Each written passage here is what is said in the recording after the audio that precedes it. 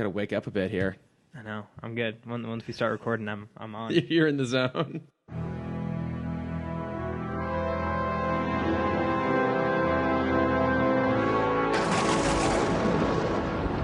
Welcome to episode 34 of Timm Talk, the podcast about the DC animated universe co-created by Bruce Timm. I'm Chris Lord. I'm Cameron Dexter. And this week we're talking some ventriloquist. Yeah. We're talking some Mad Hatter once again. But before then, what's happening in the world of comic book news, Cameron?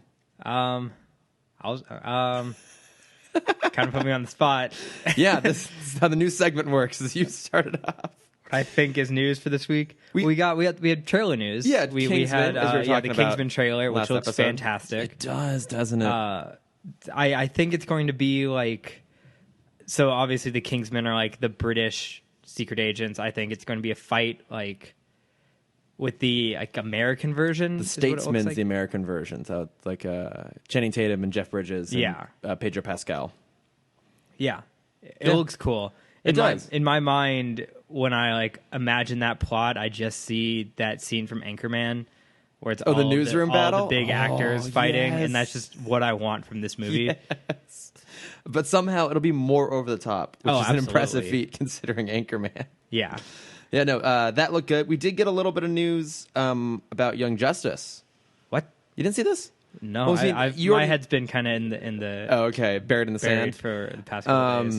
And let me de-ostrich you here. So it's, as you know, there's a season 3 already coming. Oh, I know. But the platform has been announced. DC's going to roll out their own digital streaming service. Boo. Yeah, and then it'll also include a Teen Titans live action show, which has been being shopped around for years. I remember Sci-Fi tried to get it a little bit, Yeah, it's like and then Sci-Fi TNT has come Yeah, up I was before. gonna- yeah, TNT, I'm sure 'cause- the CW is involved in some capacity at some point. But yeah, both I those remember things. when that and Supergirl were still kind of up. Oh, that's right. Yeah, Everyone was expecting them to pick up Teen Titans because that makes sense. it would. Yeah, But they didn't. but they didn't. No, so it's interesting that they're both going to come out on a digital streaming service, which I'm sure will have like a monthly cost, as you'd expect. I don't know. I guess that's fine. I mean, I'll do it for Young Justice. Like, Yeah, I will too. and they know that, and that's the problem. Yeah. Well, and it is weird that it still seems weird to me that they're doing so many TV shows with the same characters that are also going to be in the movies. So they have a Teen Titans show, which is already known that it'll be focused around Dick Grayson becoming Nightwing. At the same time, they're going to be doing a Nightwing movie. Mm-hmm. I don't know. It's just interesting that they keep doing it on that path. Yeah. But hey, I'm sure Young Justice will be good. The last 2 seasons obviously were amazing. So Right. Maybe they maybe have Titans will it. be They have good. it set up for a while. Yeah. Yeah. Let's see. Oh, there was a rumor today that Robert Zemeckis might be directing The Flash. Ooh. Interesting choice. Yeah. I'm down for that. Yeah. He's pretty good about time travel things. Yeah, he's pretty solid. I think his older stuff may be better than his newer stuff. It's just an interesting choice that they're I going. don't know what you mean as I look at a Lego DeLorean on the shelf next to you. I said older stuff. Back to the Future's older stuff is amazing. Yeah. I'm more referring to like because he did Beowulf, he did Flight, he did Man on Wire. No, Man on Wire was a documentary. What was the Joseph Gordon-Levitt movie? The Wire? It was just The Wire. Yeah, I've heard It's all also a those TV are not. series. Yeah, that's also not that great. It's different than every other director choice they've made, which has either been Zack Snyder or kind of younger talent that doesn't stick around. So, who knows? Yeah, it'll be interesting. Maybe I don't know what they're trying to do with that. Yeah, Maybe he was the only one that would say yes. maybe, and it's still a rumor, so I don't know if that's going to Yeah. go anywhere. And then, of course, there's one other piece of news this week, which you texted me about, unrelated to comic books. Oh, but- shit. Yes. Oh, man. I jumped out of my chair Yeah. when I read this news. Do you want to No, you unveil go. this I mean, news? you sent it to me. So. So obviously everyone knows we're getting another Jurassic World. Mm-hmm. But now we know the man, the myth, the legend himself, Jeff Goldblum, will be returning. Now we don't know if it's going to be a continuation of his old role or Well, not. I'm sure it is. It's still Yeah. set in the same universe. I would love so- for it to just be his own son. Yeah. Anyone can play Jeff Goldblum's son. I'm Jeff Goldblum Jr. It's Jeff nice to Goldblum. meet you. And Nick Kroll. But Nick Kroll. Oh, that was perfect casting on the Yeah. league. Oh my god. I'm still waiting for them to do something together. They're so good. They are amazing together. I love Jeff Goldblum. I think I mentioned this to you, but I got to meet him last week. What? I thought I told you. No. My mom was in town, and I took her to go see his band play. Oh, right, you did. Yeah, he's part of a jazz piano band that he plays every Wednesday in L.A. And we got like seats right up in the front, right by him, and we got there early, and he's just up on the piano, like doing his thing, warming up, and he goes around and starts talking to everyone. Like, of course, he comes up and introduces himself to us. He said that we know who you are. Yeah, I know. Yes, it is I know Jeff Goldblum. Yeah, he told me. Yeah, we know. We're here to see you. He told me I look like a young Dennis Christopher, who is someone I don't know who that actor is. But I mean, as you'd expect, impossibly charming and charismatic. Oh my gosh, yeah. It was an amazing night. Like, he would do bits in between the songs, like like the 6 Degrees of Kevin Bacon game. Right. He did that, but with himself. So he would like, okay, someone throw me a movie, someone throw me an actor in that movie, and then he would like, okay, so Dan Aykroyd was in this, and eventually it's to Jeff Goldblum, and he's oh my gosh, one of the few people who can say his own name in the third person, and it works. Oh yeah, always. He can say anything. Yeah, it was a really, really awesome night. That's awesome. Yeah. Just throwing around our LA-ness around. I had to on that one. That's fine. Yeah, I'm happy you shared that story. It was pretty damn awesome. And if anyone who listens to this lives near LA, it's at the Rockwell Table and Stage on Wednesday nights. You can go see it for yourself. I'll probably go do that soon. We should go do that. Oh, douchebag cocktail night. Oh, yeah. I don't have to explain it. People understand. No, they don't need to understand that. That's a purely us reference. But that's all the news I have for this week. Cars trailer. Oh, that's right, the Cars trailer. Yeah, that's there. I'm excited. I never even saw Cars 2. So you don't have to. No, I didn't think so. It looked pretty dumb. I know I saw it. I couldn't tell you anything about it. It had to do with spies, I think. Yeah, because Michael Caine played a Volvo. Mm-hmm. Yeah. Yeah, I honestly couldn't tell you anything. Yeah, about that movie. It wasn't good. Yeah, I mean, this looks like it's taking itself a little more seriously, so maybe maybe it'll be fine. I've always felt like the Cars franchise was the weak link of the Pixar train, but unfortunately the most profitable. Oh, hugely so. My God. But yeah, I mean, hey, you know what? If they want to pump out sequels for a franchise that makes a crap load of money in order to have like the capability to put out original stuff like Inside Out, I'm totally fine with it. Oh, absolutely. Yeah. Do we know what's next on their slot? I know that's information that I should probably have. Yeah, you should, actually. Well, I mean, I know they got Toy Story 4. They got Incredibles 2. Incredibles 2, that's right. That's 2019. Coco. I think it's Coco, that's right? That's Disney. No, that's Is that Pixar? Yeah, it's all about Dias de las Huertas. Yeah. I know, because it's basically a retelling of the Book of Life. Yeah, the Book of Life, which came out 2 or 3 years ago under DreamWorks. Guillermo del Toro? Yes. Yeah. I think that's Pixar. I'm pretty positive. Is it? I don't know. You could be right. Yeah, you can look it up. But I think news-wise, right? It's pretty good. Yeah, that's pretty much everything. All right, so we can get on into Read My Lips here. Yes. Introduction of the ventriloquist / Scarface, one of my favorite villains. Oh, this was such a good episode. Yeah, like even to just the opening kind of like jazzy music they play beforehand. Like this episode in particular had a bit of an old-fashioned feel to it. Yeah, all the way through, just in terms of like the characters and the setting, the music, the wardrobe. And I think that was very intentional of them. Oh yeah, it was supposed to feel like this was probably the most noir. No, that's not the right genre. It's the most like old school gangster. Yeah, kind of noir. Yeah, yeah. It's really fun. Even in the opening, it's it's kind of an underused storytelling method now, but it was a very common one back in old gangster films. Is the rigging a boxing match? Not rig, but like using a boxing match as kind of the setting for a robbery. Oh yeah, I forgot there was a boxing match in the beginning of this. Yeah, so it opens up. So much happens after that. Yeah, it opens up on kind of the head of Gotham Square Garden. Oh yeah, actually what it's called, which is just like Jesus. Of course it is. Sorry to jump ahead as usual. When you don't have a linear way of approaching this, it's fine. When Bruce kind of figures out where the ventriloquist is. No, that might be the next episode. I think that might be the next. I think it's the next episode. Yeah. Damn it. It's a little bit of blending together there. All right, never mind. They're very similar episodes if you look at them story-wise. They are. Sorry, I definitely didn't just watch them 5 minutes before coming over here. Oh, no, it's fine. I did too. There is a robbery at the at the boxing match. It's a pretty clever escape, actually, because the goons basically scale the inside of a air duct, get out onto the roof, and then leap off of the roof into... How that 10-foot monster of a man fit in an air duct is still a surprise Rhino? to me. I know. Yeah. Well, I mean, it shows you how like impossibly strong this guy is, because he's, bracing his way, like crawling up an air duct with a guy sitting on his shoulders. Oh no, my favorite moment of that is when they're trying to find the hole, or when they're trying to find the like spot between the studs. Oh yeah.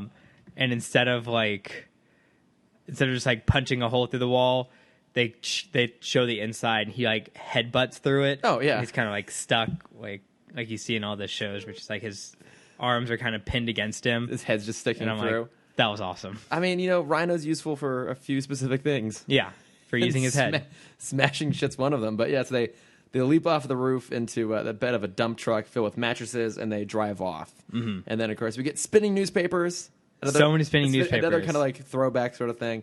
But whoever this crime gang is, like they're doing like really well-planned, meticulous strikes. Yeah. And they've evaded Batman, evaded the cops, but except for a slight screw-up, because someone caught them on video. Yeah. Going over a fence. I even like how they did that. Like, one character goes under it because he's kind of like... Tiny and mousy. The guy goes over the top, and then Rhino just smashes through. But yeah. as he smashes through, he exposes a tattoo of a rhino. Yeah. And then Batman looks up in the criminal tattoo database. That was amazing. Does that exist? I should have Googled it beforehand. I really hope so. There must be... I really hope so, because that'd be so fascinating to just scroll through. Some version of that. I'm just going to... Could you imagine? I mean, probably now it's not as important because tattoos are a lot more prominent now. Yeah. But like in the 70s, 80s, and 90s, when you can't just kind of Google tattoos, and there's probably only a handful of tattoo parlors. Yeah. Like, I mean, I just looked up criminal tattoo database. Is there criminaltattoobase.com? Sadly, no. But there are articles about like software tracking people's tattoos, a gang tattoo database, tattoo recognition database could help combat crime and terrorism. So, I mean, they'll keep track of like Instagram posts. Of course, they're going to keep track of like tattoos at this point. So let's assume it's a real thing. Oh God, I can't. But it's only now a real thing. I like to think that someone watched this episode. It's like, that's a brilliant idea. Guys, just shows up to Langley like, hey, I got a great idea how we're going to solve crime. Although Langley wouldn't be right. That's the CIA. Where's the FBI headquartered? Virginia?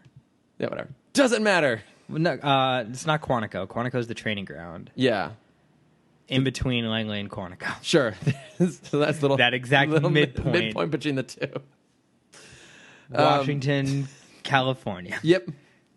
Apparently there's a London, California, I learned recently. Of course there is. I don't know why. It has nothing to do with anything. So, so then Batman goes hunting down after Rhino and tries to intimidate him in an alleyway, but Rhino's not having it. I know. This is kind of a first where someone's not scared of Batman. No, not in the slightest. And it makes sense because he's a 10-foot monster. Yeah, he's huge. Like, I mean, Batman towers everyone. This guy is like 2 feet taller than him. Yeah. And he also, like, they kind of poke fun at him through the rest of the episode that he's, like, the stupid one of the group. Yeah. But he's also standing there and he's like, I'm not going to hit you because I haven't done anything. Yeah. Like, he's not going to cause, I mean, he eventually does cause a ruckus. But he understands that as long as he doesn't do anything, then he has nothing to fear. No. And I'm like, no one else in this whole series, in the past 63 episodes that we've watched, has had that bright of an idea. Yeah, he's the only one who's figured it out. Like, if I am innocent, I don't have to do shit. I can just walk away. And he kind of does. The cops come, Batman disappears. Yeah. And then he goes crying to his boss, who we haven't seen yet. No, we just kind of saw, like, I think from a little bit of shot from behind. They reference Scarface, right? They say his name? Okay. No, they don't say it. So this was both of these episodes were very interesting because this is the first time we have an episode where we don't know the villain until like halfway through the episode. It's true. Yeah. In the next one, it's not until the very end that we figure out who it actually is. Yeah. And I kind of loved that. I did too. It was a different form of storytelling that I really liked. It was very mature for them because if it's like a mystery villain, then that's the first shot we see is like the villain in silhouette. Yeah. Well, and especially anytime a villain's being introduced, like across the board, like usually the opening shot is establishing the villain, and this establishes what they're doing, but doesn't establish him specifically. Yeah. Yeah. So he makes it to the to kind of their warehouse. Batman tracks him down, and this is maybe my favorite Batman expression of the entire first season. You see, there's like this scrawny little man. It's like, all right, I'll go get the boss. And he walks in. He comes out with the puppet of Scarface, and we meet ventriloquist and Scarface. And Batman is just like, what the fuck is this? It's almost like Home Alone-esque. Like, just the mouth is so like, ah! Yeah. It's like, can't even comprehend. Like, you fought a girl that can control plants. You fought a clown, a psychopathic clown. You fought a guy with dual personality. I mean, it's a little different from multiple personality, but yeah. So do you think, because, after he sees it too, he even goes back in to investigate later, and he like checks in on the dummy in the bed to make sure it's fake. Do you think because he's seen so many things that when he first sees the dummy, he doesn't know? Because he has seen so much crazy shit, like people control plants and Killer Croc. Do you think he's going like, wait, is that a possessed doll? Is it some sort of weird mutant thing? Like, do you think that maybe he didn't know whether to go with the most realistic version or the most extreme version, and that's why he's like, what the fuck is this? Well, I guess we kind of had something similar in Beware the Gray Ghost. We had kind of those robotic toys. Yeah, it's true. So maybe he was like, maybe it's a robot, maybe it's something. I don't know. He probably went for more tech, because when he does investigate, he does like press the nose. No, he like opens the eyes. He's like, I think he probably to like inspect the eyes, and they pop open and kind of freaks him out. Yeah, but it would freak me the fuck out too. It would, yeah. I mean, dolls are creepy. Oh yeah, yeah, especially one that look like Scarface. Yeah, but it is kind of funny to watch him get freaked out about what is.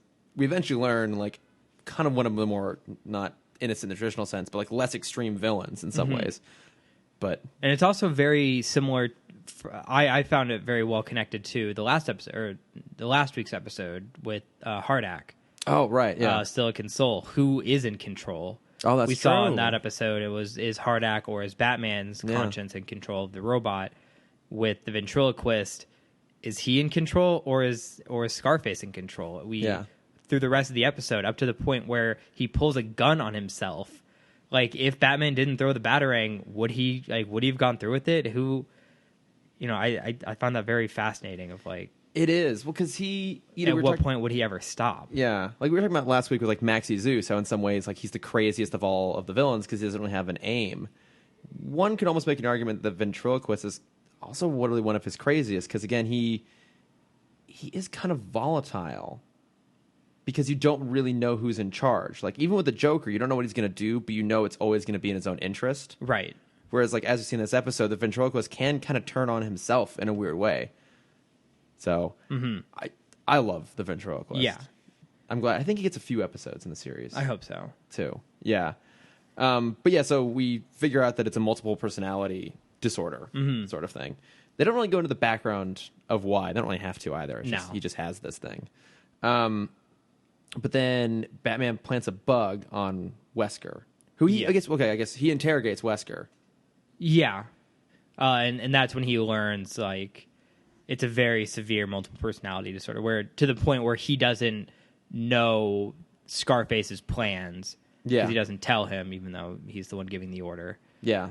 That it's, like, as much as is possible, the two personalities don't communicate internally with each other in his own head. They have to communicate externally. Weird. It's so interesting. I know, it really is, though, right? So Batman discovers this multiple personality disorder. He hears on the bug that he planted, that they're going to rob this place. There's a shipping boat loaded with platinum. Right. And they're going to go and rob it. Mm-hmm. So Batman shows up, stops them, and he's kind of caught under a mound of platinum that Rhino pushes on him. Wouldn't that kill him? It should. Yeah. And like that would take an immeasurable amount of strength for Rhino to just like push that over, I think. Yeah, I don't know how heavy platinum is. I'm assuming it's pretty fucking heavy. I assume so. But afterwards, we learned that Scarface knew about it the whole time. Don't really think so because like his goons got beat the shit out of. Platinum's heavier than gold. Okay, so, that's all I need to know. Yeah. So Scarface knew the whole thing was a setup, which I mean, that's a pretty bad setup if it's an actual thing you want to steal. Yeah. But whatever. Yeah. So yeah, because they capture Batman and they hang him over a pit filled with razor sharp mannequin hands. Yeah, because that's a thing. Yeah, I was like, what Spike pit. I mean, it's a creative spike pit. Yeah. Who do you think was tasked with sharpening the mannequins? Oh, it's Gotham. They're already sharp. Joker probably did that like years ago for a plan that he never went through with. That's another thing that Gotham needs to cross off there and don't build any more of is fucking mannequin shops. No more mannequins. No more mannequin warehouses. There's so many villains that could use that. They're so dry, and also we learned before this moment that it's that the ventriloquist is also an amazing ventriloquist. Obviously, has the ability to throw his voice. But Batman, of course he does, also knows how to throw his voice because of his old master, Zatara. Oh, that's what was happening in that scene. Yeah. I got a little confused. It was a little confusing. I thought, because he tricks Scarface, because he basically tells Scarface that Wexler informed Batman. Scarface is very paranoid that there's a snitch in his group. Yeah. Batman convinces him that it's Webster. Yeah, and so I guess I thought that was Wexler developing yet another personality. No. Okay, so that was Batman throwing his own voice. You kind of saw, like, the corner of his mouth was open. Well, because I was like, wait, is he trying to, like get, like, a little blade or something out of his mouth? Because that's the thing he would do, right? Oh, that's like, sort of absolutely something he would always do. keep a lockpick in his cheek. Yeah. Because, like, wait, what? Okay, that does Yeah, so he was explain. throwing his voice behind Scarface, so he thought ventriloquist was talking. Oh, okay. And that's why he was like, I didn't say that, because he didn't say it. Yeah, okay. Oh, threw me off. Okay. If you ever watched, I don't remember which episode it is, I think it's the Creeper episode of Scooby-Doo, they really dive into throwing your voice and how to do it. Oh, my God, that's right, they Shaggy do, yeah. has the ability to throw his voice. Of course he does. Yeah, because he's awesome. Jack of all trades. Okay, that's right. Yeah, and then Batman escapes somehow from the ropes. And then there's a fight. Oh, it's that point when like Wexler turns the gun on himself, or Scarface turns the gun on Wexler. And then he tells the goons to shoot Batman, who jumps. Yeah, and he gets out of the way somehow in his Batman majesty. Whoop, whoop, whoop, whoop, whoop. And we see, like, we see a death, but not just like a gruesome death, which they can get away with because it's still a wooden doll. Yeah. The guards kind of shoot the puppet. I think they're trying to do something else. I mean, they're trying to shoot Batman, but he jumps out of the way, and the puppet's on the floor, and so they accidentally shoot Scarface. They shoot him a lot. Yeah, well, I mean, it's a very nice ode to the actual Scarface. Oh, that's true. Scarface movie, yeah. Yeah. Actually, I haven't Tony seen Montoya. That. Neither have I, and that's bad because I had a lot of questions I was going to ask. Okay. Cannot help you with that at all. All right. Save that for another day. Yeah. Yeah, Tony Montoya, right? Tony Montana. Montana? All right. Montana, yeah. I just remember the... Lonely Island? Yeah, Michael Bublé. Tony Montana. Not Michael Bublé. Michael Bolton. Michael Bolton, yeah. Great song. One of my favorites. It's amazing. Yeah, so Scarface is now dead. Mm-hmm. Ventriloquist is having like a panic attack, as you probably would if having one of your personalities dies. Which he doesn't, because we later see the ending scene is Ventriloquist in Arkham, kind of with a wood carving set, which I feel like is very dangerous for inmates to have. Okay, they give inmates knives? Yeah. Like, yeah, because I mean... Not just any inmates. It's like the psychopath inmates. The psych ward. Like, I mean, at first he was like sanding. Okay, I can see them like sanding some like the basic woodworking tools, but it is a fucking sharp ass knife. Yeah, not even just a chisel, just like a straight up knife. Yeah, because he like plunges it into the face he's sculpting and like carves a scar into it. Yeah, the guards come up to him. He's like, "Yeah, I'm fine." He flips over the wood block and it's Scarface's face again. I also love that we're shocked at poor management styles at Arkham. I mean, we've talked about the fact that it's a revolving door of inmates. Should we be surprised at all they also just hand them weapons? Yeah, you're right. Yeah, I mean, they give poison ivy plants. Like, that alone right there Yeah. seems like a terrible idea. Amongst many terrible ideas. Well, I mean, she doesn't have her like chemicals. I get maybe they might give that to her. As far too. as we know, yeah. Right. I mean, she's a botanist. Who knows what she's cooking up in there? Yeah. Yeah. I mean, overall, though, I think this is a great episode. Oh, yeah. Like, it's really well structured. It's different. Mm-hmm. They make him just sympathetic enough. Yeah. I feel like he's just kind of he's more pathetic, but you do feel bad for him. I did look up the voice cast actually a little bit. So I don't know how to pronounce this guy's name. George Zunza. Yeah. Was the voice of Ventriloquist. Also later Perry White in Superman.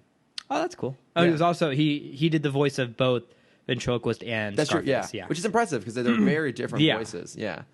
And then Earl Bowen is the Rhino, who is do you remember the psychiatrist in the Terminator movies? Nope. You've seen them both, right? Most of it. We can go into that later. We Okay. can go into it later, Chris. Okay, but you've seen the GIF of. Oh, never mind. It's not worth explaining. But you'll appreciate this. The same guy was the voice of Senor Senior Senior. Senor Senior Senior. Oh, we don't have to. I know exactly what he's from. Senor Senior Senior is one of the greatest villain masterminds of all time. He's just a rich guy who has nothing else to do at this time, so he turns his home into death traps. I mean, that was like the softest softball I could have possibly tossed you in terms of I recognition. love Senor Senior Senior and his great son Senor Senior Junior. Oh, of course. I don't know. You probably never saw this as a kid, but there was a one episode animated thing called Pride of the X-Men. Nope. I used to watch it all the time, and he was the voice of Magneto in that. Okay, that's cool. It was like a pilot for a show that never became anything, but it's actually pretty solid. Okay. Also, do you know who Joe Piscopo is? I know the name, but I guess he was on Saturday Night Live. I'm trying to figure out where I knew him from, but he's the voice of Muggsy. Okay. I don't know. But I mean, so We have a great voice actor in the next episode, which I'm excited to get oh into. yes, Yeah. yes, to talk about that. But I do have a little bit of trivia on Scarface. Let's get Okay. some other notes on the episode. Go for it. Okay. Oh no, do I have more? I have two quick things. Mm-hmm. My favorite line of the episode is when Ventriloquist and Scarface are talking, and Scarface yells, "Stop putting words in my mouth." I was missed like, that. oh, that was great. That's great. Yeah. And yeah, you can go over information. I have a question for you afterwards. Okay. So have you ever read any comics with Scarface in it? No. So his trademark in the comics is that he can't pronounce B's. Yeah, I saw that. Yeah. So he often ends up using a G instead, and it's actually been a plot point in various things. They cut that out of this for some reason. Probably because it's annoying, I guess it's annoying. Yeah. Well, and it and it might be hard for kids to like. get it. Yeah. Yeah. It did throw me off though, because at one point when Scarface is ranting, he's like, "If I find whichever one of you is like betray me, it's gonna be." You think he's gonna say curtains, because that's the phrase, right? It's gonna be curtains for you. He says drapes instead. I'm like, is that a reference they're gonna go with later, where you can't pronounce certain words? They didn't go anywhere with it, so I don't know what that was about. But he did have his Maybe it's something from Scarface. We'll never know. We won't know. He did have his premiere in Detective Comics number 583 from February of 1988, created by Alan Grant, John Wagner, and Norm Breyfogle. I think that's right. And obviously, he's modeled after Al Capone. Oh yeah. So, and there's a couple different origins for the ventriloquist. So one is that he was born into a mafia family, and he develops a dissociative identity disorder after he watches his mom get murdered by assassins. Yeah, that sounds about right. It's pretty dark. It's got mother issues. It fits. The other version, though, is that he had a whole bunch of repressed anger, and he kills someone in a bar fight, then ends up at Blackgate Penitentiary and meets Woody, which is a dummy carved from the old gallows at the prison. I think that's I know that origin. yeah, that's the one I was familiar with too. And he gets Why help. do we know that origin? What other show did that? I don't know if another show did that, or if that's just I don't know. I don't know why we would know that one versus the other one. I think that's just the newer. Okay, I guess so. Maybe it's absorbed via osmosis. I don't know. Do you have the the DC Comics encyclopedia? I forgot it. I'm sorry. I mean, I have one. Oh, I was asking I if thought you- you were joking. No. I don't. What? That's a great book. I mean, it's like I don't know, about 10 years old now, but I like Okay. you pick up things over time, right? I know things about characters I've never actually read in comics. I guess Right. we just know that. He has like a couple arcs he's in, so like he's part of the Nightfall breakout. But the ventriloquist can't find Scarface, so he grabs a sock named Socko Yes, I remember. from the Batman. Yes, that's what it's from. Yeah, Okay. in my mind, like, wait, I've seen an episode where he tries, like, Wesker tries to reform and he's got Sokka. I'm like, was that this show? I'm like, no, it was The Batman. Okay. I've seen that episode. Yeah, but he doesn't have, like, too many major arcs. He's got a role in Cataclysm, which is the precursor to No Man's Land. And I haven't read this, but apparently in Blackest Night, a Wesker has died in comics beforehand, and he gets, like, resurrected and given a black power ring. And he creates Scarface out of a black construct and kills a shitload of people. That's awesome. Yeah, I did not know about that. It's kind of weird and fucked up. But yeah, there's no other like major arcs. He's not been in any other movies, or he wasn't in any of the Arkham games. Mm-hmm. Which I guess kind of fits because I love him as a character. But could you really do him in a mainstream storyline? Like, do you think he could work in a movie? Maybe that was your question for me. I don't know. No, it wasn't. Yeah, I think so. I think it'd be very. I mean, if you can put Black Mask in, I think they're kind of similar. Well, I think he's just another gang boss who just has a weirder background. But could you take his threats seriously? Like, would he actually seem like he's a genuine threat, or would he just seem a little too silly? If you make him psychopathic enough, I think so. Yeah. I don't know. It's an interesting one. I think it'd be a very tricky character to make work, but I'd also like to see someone attempt to do it, because I think he is pretty interesting. Yeah. He's a slightly different kind of psychotic than every other Batman villain. Yeah, no, I really like it, and I think they did it a pretty good justice. Yeah. What was your question for me, though? I was going to ask, as this is based off of Al Capone, and then also loosely based off of Tony Montana, Montoya, whatever. Montana.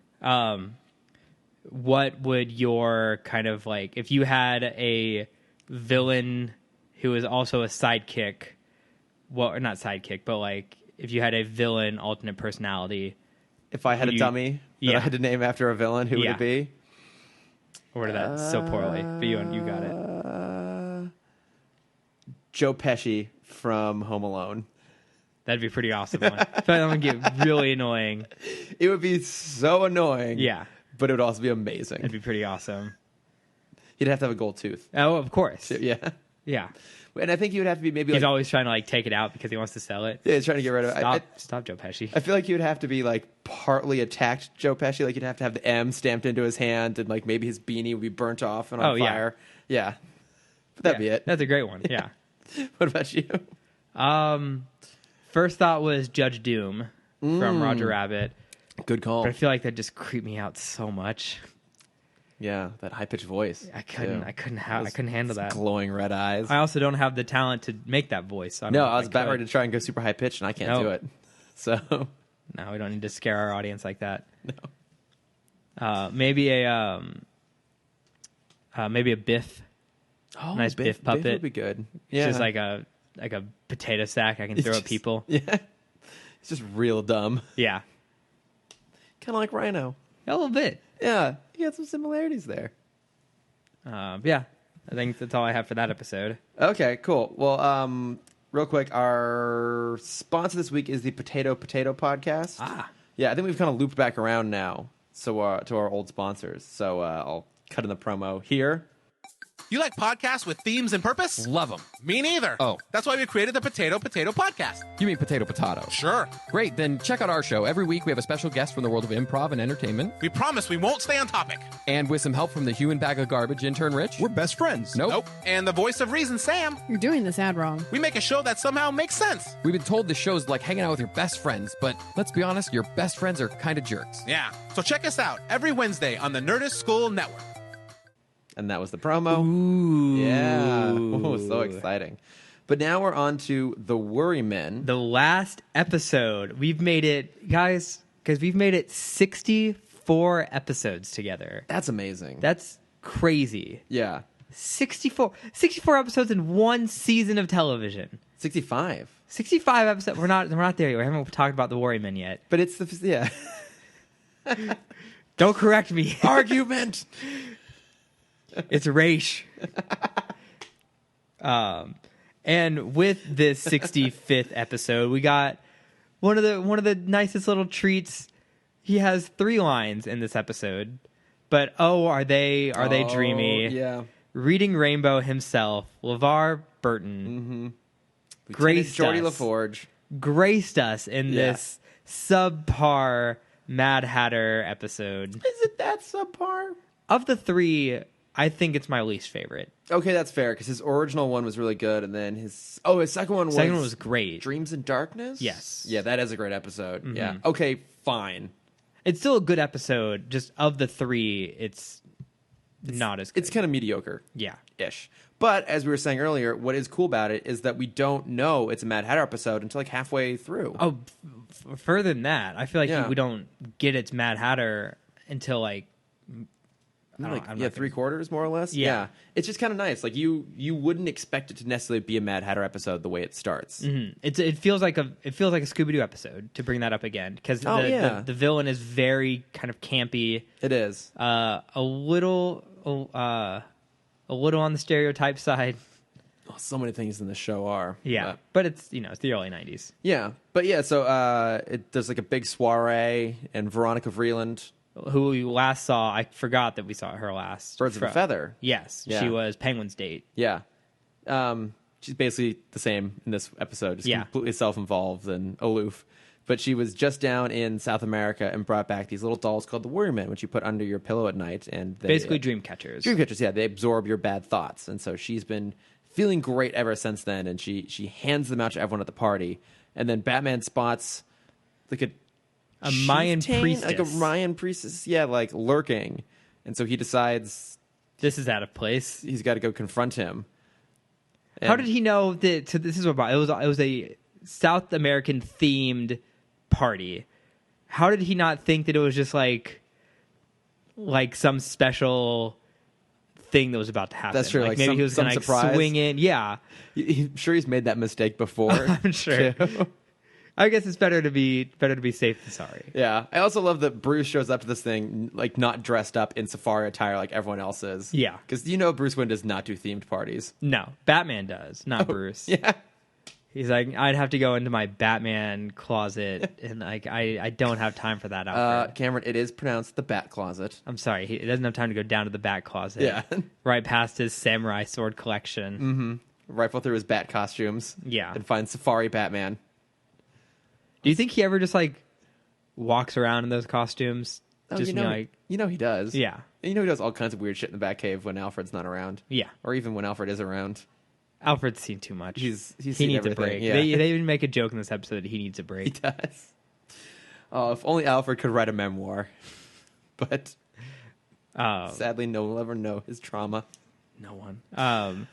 But yeah. So Bruce leaves the party, puts on the outfit, goes back up to the roof, kind of fights the Mayan priestess. Yeah. And there's a moment, I love this at the beginning of the fight, because Batman is very silhouetted. He's very like devilish in this scene. Mm-hmm.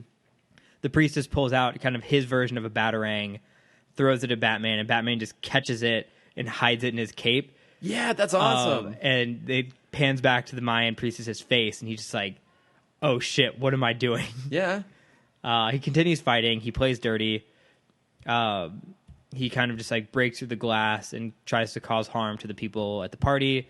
Batman has to stop, but Batman has to save him. Priestess gets away. Where does it go from? I don't remember. Oh, that's right. Because then, so Batman goes home. Alfred puts one of the Warrior Men under his pillow. Oh, yeah. He wakes up the next day being even more chipper than normal. Mm-hmm. And he's asked his secretary to put $20 million in cash into a briefcase, which he then sets on the windowsill and completely forgets about. Yeah. Until a different henchman, also dressed up in like jaguar skin pelts. Yeah. Right? He kind of looks like Animal Man a little bit. A little bit. Yeah. Shows up and takes it, and Bruce is just left standing there like, what the fuck just happened? Well, what was in that? And then his assistant's like, why'd you just give him $20 million? What? It's like, of my money? Bruce, how much do you spend on just like, what's your monthly budget, Bruce? Yeah, my God. I mean, his computers cost, what, like $50 million or something like that? Probably. I forget what the number was that Alfred threw out once. And that's been broken 3 times in this season. That's true. That's $150 million. That just is nothing to him. No, he's like, $20 million is chump change. Yeah, he just loses that walking down the street. Yeah, you know? There was that great, to sidetrack as always. I think it was a great TED Talk where they were trying. It was a guy trying to see like, okay, well, how much money would you stop for if you saw it on the street? Yeah. And just be like, would you pick up a penny? No. Would you pick up a nickel? No. Would you pick up a quarter? Maybe. Would you pick up $1? Absolutely. How much money, or how much money does it have to be laying on the ground for Bill Gates to just like stop what he's doing and pick it up? How much does he make per second to where stopping, picking up something on the ground and continue going is still more than what he's doing just existing? Regularly? Yeah. And it was somewhere of like $1,300. Oh my God. Yeah, that has to just be lying around for him to like, yeah, I should pick that up. That's worth my time. I should grab this bar of gold bullion that's been left on the sidewalk. I guess it's worth it. It was a really funny TED Talk. That does sound awesome. Maybe I'll make you send it to me and I can put it in the bat plugs. Nah. It's too much work. That's too much work for both Moving of us. on. But then we learned that all of kind of the rich people LeVar of Burton as Gotham- well. Like he had the same thing happen to him, and it all points back to Veronica. So Batman goes out onto her yacht, where she's ready to throw a suitcase full of her prized jewels over the side of the boat. And Batman stops her and kind of helps. I guess he breaks the spell at that point, right? Yeah. Yeah, it's a little ambiguous as to how, like, when the effects wear off or whatever. But one thing I did like, actually, so, like, Batman's trying to fight all the henchmen now that are on the boat trying to get the money from Veronica. She actually tries to help him. That's nice. That's really nice. Yeah, of which her. I was legitimately surprised by. You'd think she would just, like, run off and go hide down in the bottom of the boat somewhere, but she, like, tries to hit one of the henchmen. Yeah. It's a little bit of a futile attempt, but it was an actual it was effort. it was a nice gesture. Yeah, it gave her a small moment of redemption. Yeah. I thought, for otherwise being just a terrible monster human being. Yeah. So, and it's basically at that point that Batman realized that he asked her, it's like, where did you get these things? And she's like, oh, just some like merchant down in South America. It's like, was it an Englishman with a large hat? Right, because he immediately put two and two together. Just go straight there. Yeah. What if she said no? What was his backup plan? Damn. Was it a guy with we had a white face and a purple suit? Yeah. No, how about half his face is blue and Yeah. half of it's normal? Was he covered in question marks? Did he require a suit to stay alive because he had to be frozen at all times? How about a nice bolo hat with nice round glasses and keeps looking at his pocket watch? Was it the Sewer King? Did he look like a crocodile? No, he was kind of gray. All right, yeah, that's how I see crocodiles. Yeah, but he just goes straight there. He's figured out for the rest of us. He's a all eggs in one basket kind of guy, and it usually works out for him. It does. I mean, when he makes those like massive cognitive leaps, though, he is spot on. He lands those leaps. But so he's figured out that it's Hatter. Mm-hmm. That these worry men have microchips in them, which kind of hypnotize you into Mad Hatter crimes. being kind of a good guy. It gives you a better sleep. Yeah, that's true. Yeah, it makes you wake up with Yeah. more energy and happy. Like, if it was just that, he could just market that and it'd be great. Well, I mean, again, the tragedy of the Mad Hatter is that he actually is incredibly competent, but he's a loon. Yeah. Like, he could actually make the world a better place if he wanted to. Right. He just doesn't. No. Well, such a waste. But I know. He had decided he was going to retire from crime. But before he can do that, he had to commit a shitload of crime.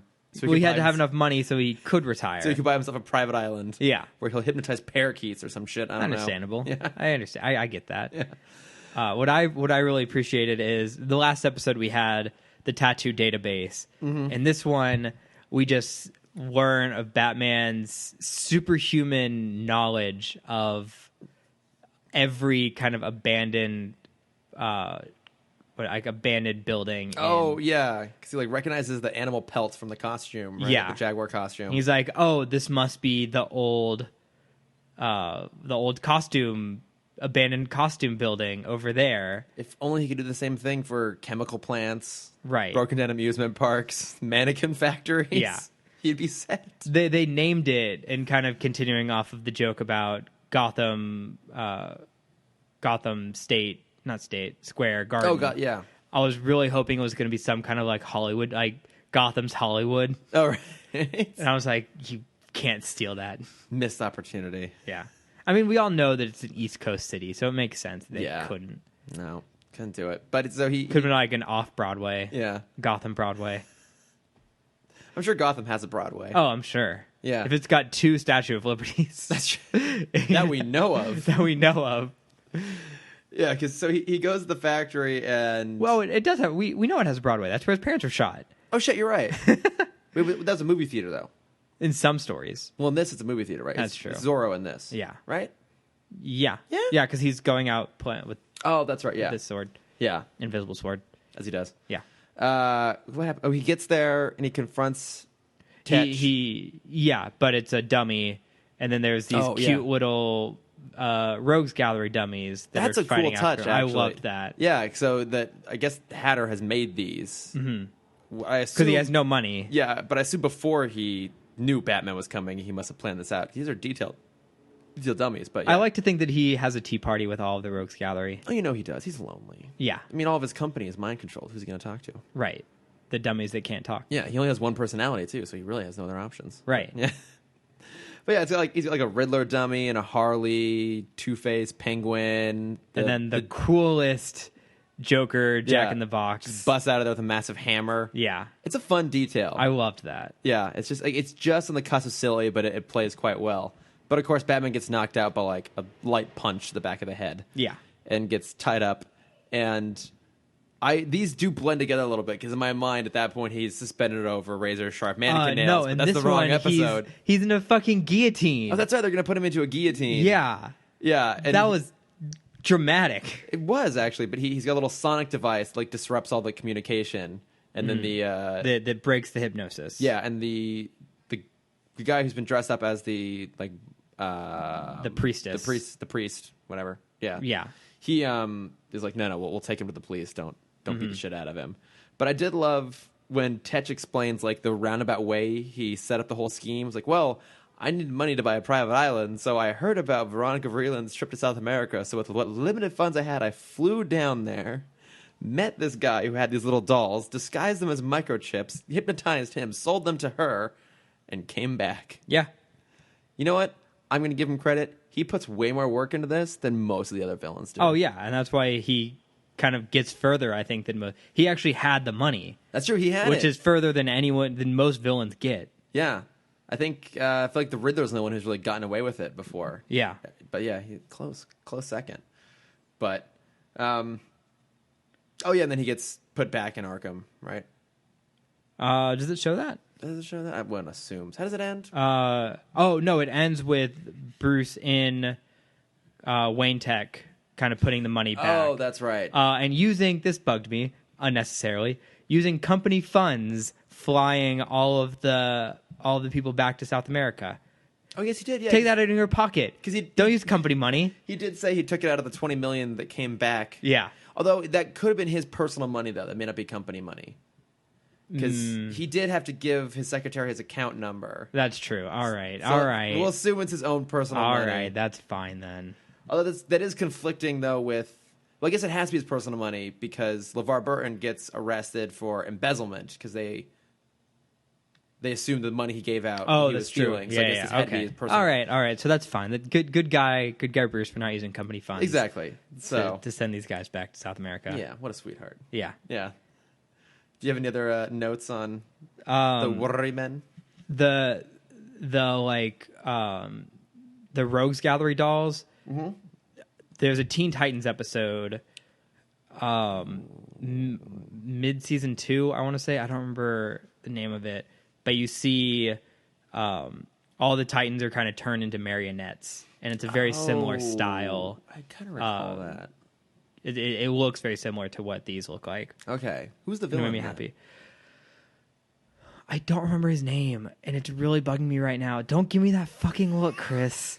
Don't give me that goddamn look. He's the Mad King or something. He's not. Isn't that a Targaryen? Yes, I know it's a Targaryen. I'm still working it out. It's a process. He's also a marionette. He has red hair. He has a crown, and he's not. I keep thinking that he's the villain, the British villain, but he's not the British villain. Is it actually Marionette, No, that's too easy.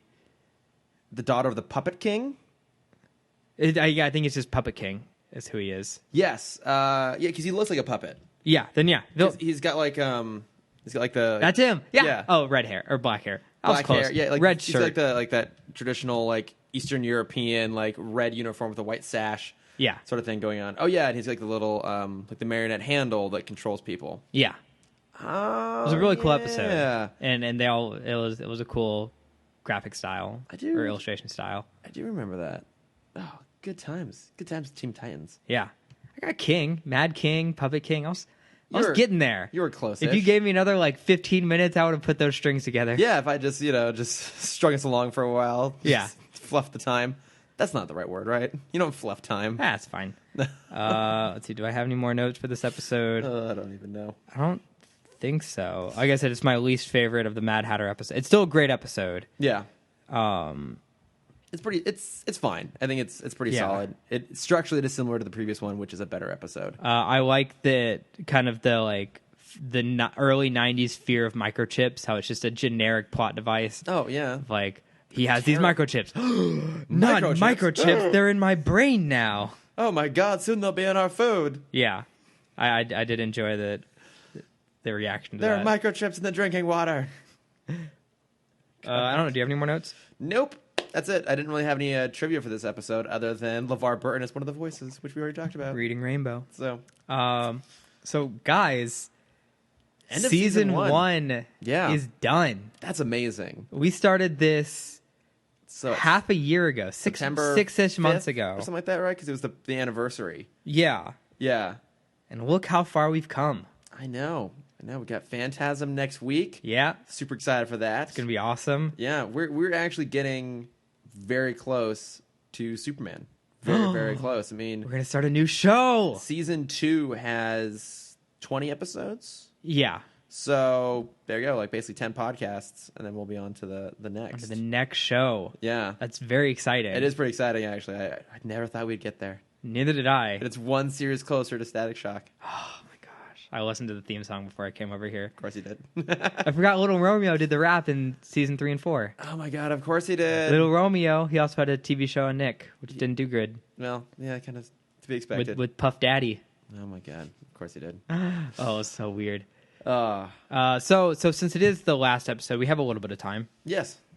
What was your favorite episode of season 1? So you were kind enough to give me an advance notice on this. I do appreciate that. Yeah. I'd be just spinning wheels here for a while. So it can I do a two-parter? Can I do a story? Sure. Okay. Sure. I think then it has to be Robin's Reckoning. Yep, I knew you were going to say that. Because I think for me it has in its own way the highest stakes of any of them. Mm-hmm. Right? Because it is a battle for Robin's soul.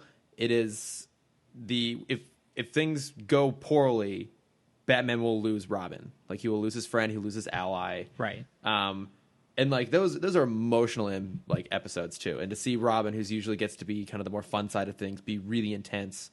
If anything, more intense than Batman. It's just a total dynamic shift. And I think it has to be that one. So now, can I guess yours? Sure. Is it If You're So Smart, Why Aren't You Rich? Of course it is. Yes. So, I mean, it just has such a like resonating history for me because it was my first episode. Right. It was kind of my entry point to the world of DC Comics. And God, aren't you lucky that you found that one? Yeah. It wasn't like the Underdwellers or like the Forgotten, Right. or something. No, I don't blame you. If I couldn't do a two-parter, it was actually going to be that episode as well. Yeah. So good. Yeah. So now, do you have a least favorite? That is harder because I feel like there's a lot of really bad episodes to pull from. I guess, and it's also been a while since we've had a pretty bad episode. That's true. I mean, we've had a great streak this past kind of 2-3 months. We've had like lesser episodes, but not like flat out bad ones.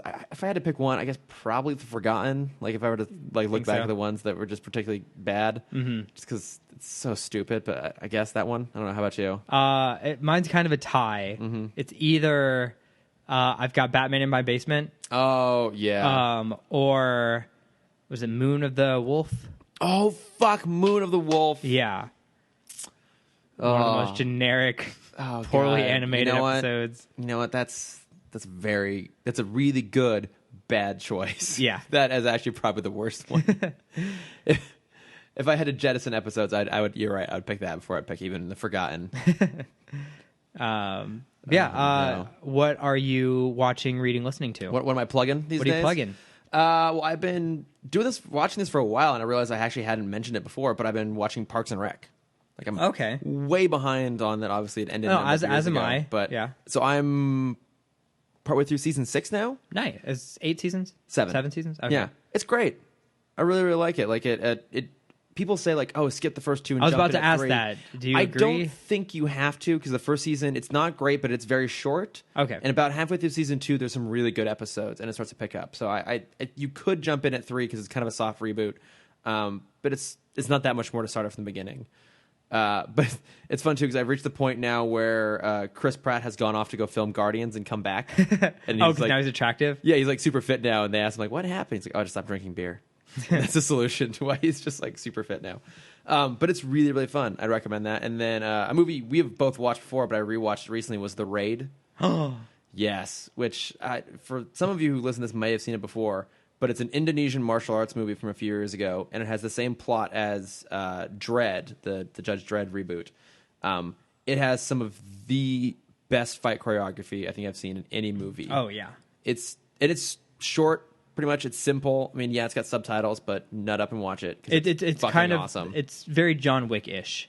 Yeah, exactly. Yeah, and actually, very little dialogue, pretty much all action. Yeah, they are very similar, those two movies. A little less stylish, I'd say, than John Wick, but it's still really good. So yeah, definitely recommend that one if you want a good martial arts movie. One of the best in years. So. Oh yeah, absolutely. Mm-hmm.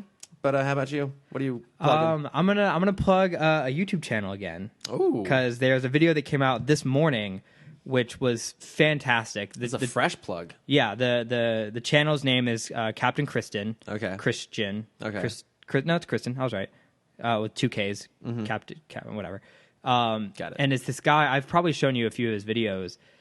He does these amazing kind of micro documentaries about just kind of anything pop culture related. What? That's so cool. Yeah. So the one that came out this morning was the history of Wonder Woman as a symbol of progress. Okay. Talking about kind of the struggle they had to create her, all the shit that was going down in kind of comics and media back in the late 30s, and why they needed her, kind of the dark side of her origin, where the guy, the main writer, whose name I don't remember anymore, was a William something. William Monahan? Sure. He was a psychologist who had an offer to go teach at Harvard, but instead he went over to the comic world because they asked him to be kind of their science person.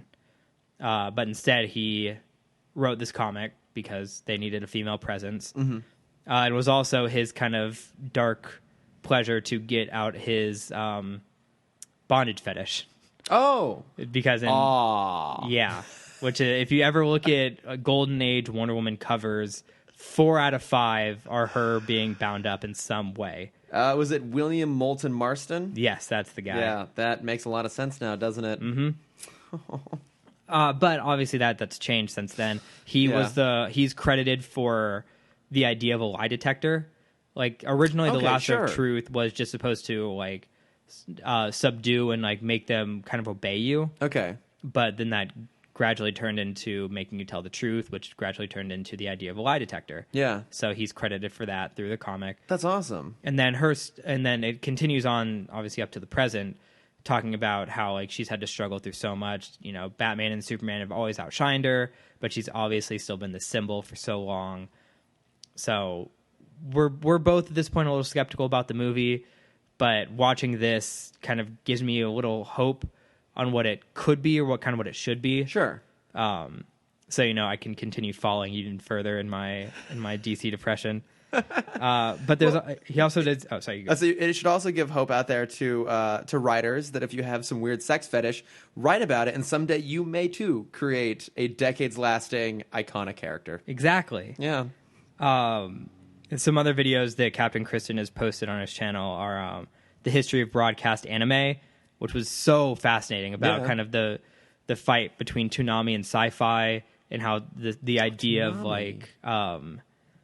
that's where the stereotype of tentacle porn got connected to anime, is because sci-fi would always show this super raunchy anime Oh, okay. Where Toonami would show the Shonen Jump like kiddish stuff. They did an awesome one about the science of comedy, talking about Futurama, language and censorship, talking about South Park, and kind of how far the line has been pushed. Yeah. And then one of the most interesting ones, because I don't know much about this world, is storytelling through hip hop, talking about Childish Gambino.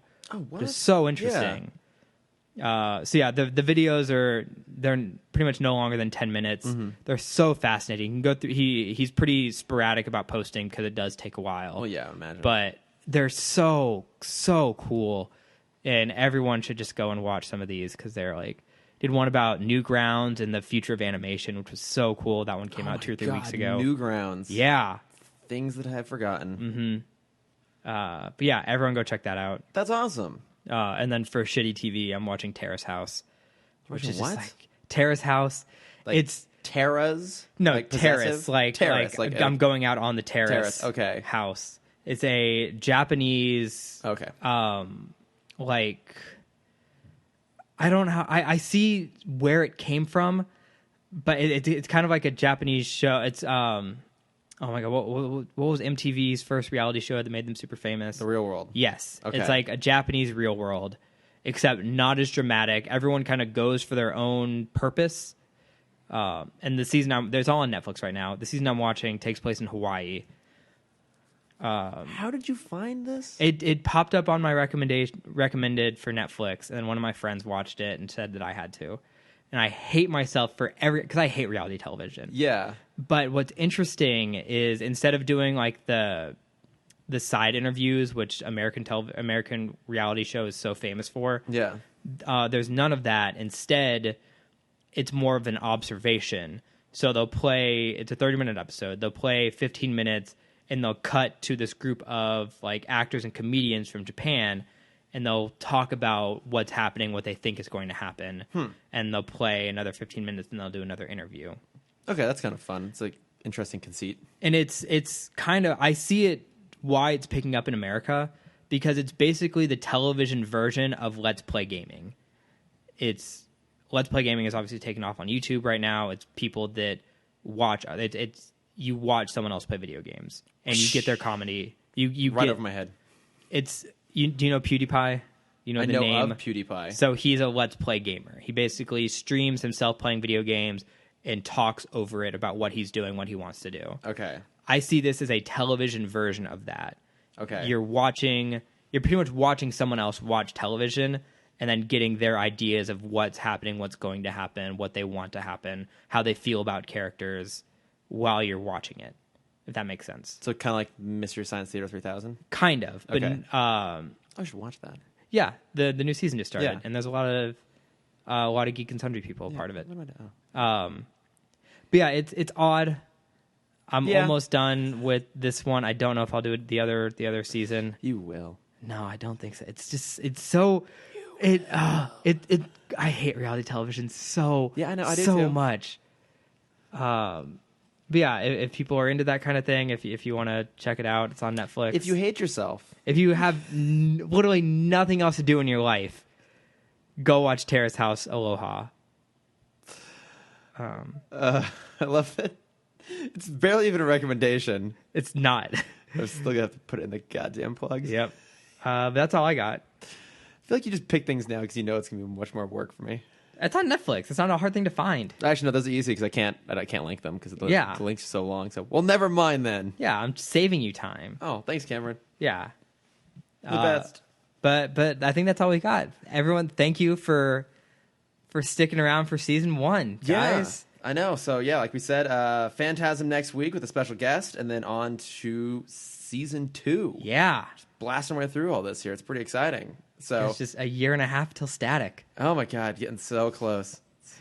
But if you ever want to tell us we're idiots or comment or anything like that, you can find us at Timm Talk Pod on Twitter and Gmail and Facebook. Also, if you guys are reading anything or watching anything interesting that you want to share with us, recommendations. Let us know. We obviously watch really shitty stuff. Yeah, especially Cameron, and so we could use some good recommendations. So yeah, do reach out if you have something that you think we'd be interested in. And I am at Lordifer on all the same social media things. I will post a photo of me and my mom with Jeff Goldblum if you want to go check that out. He's so LA. I just embrace it at this That's point. fine, I should. Yeah. I'm becoming self-parody. I'm very comfortable with that. So I'm at Cameron.Dexter on Instagram, and that's it. yeah. and that's it. Yeah. All right. Thanks, guys. Thanks, everyone. Bye. The Nerdist School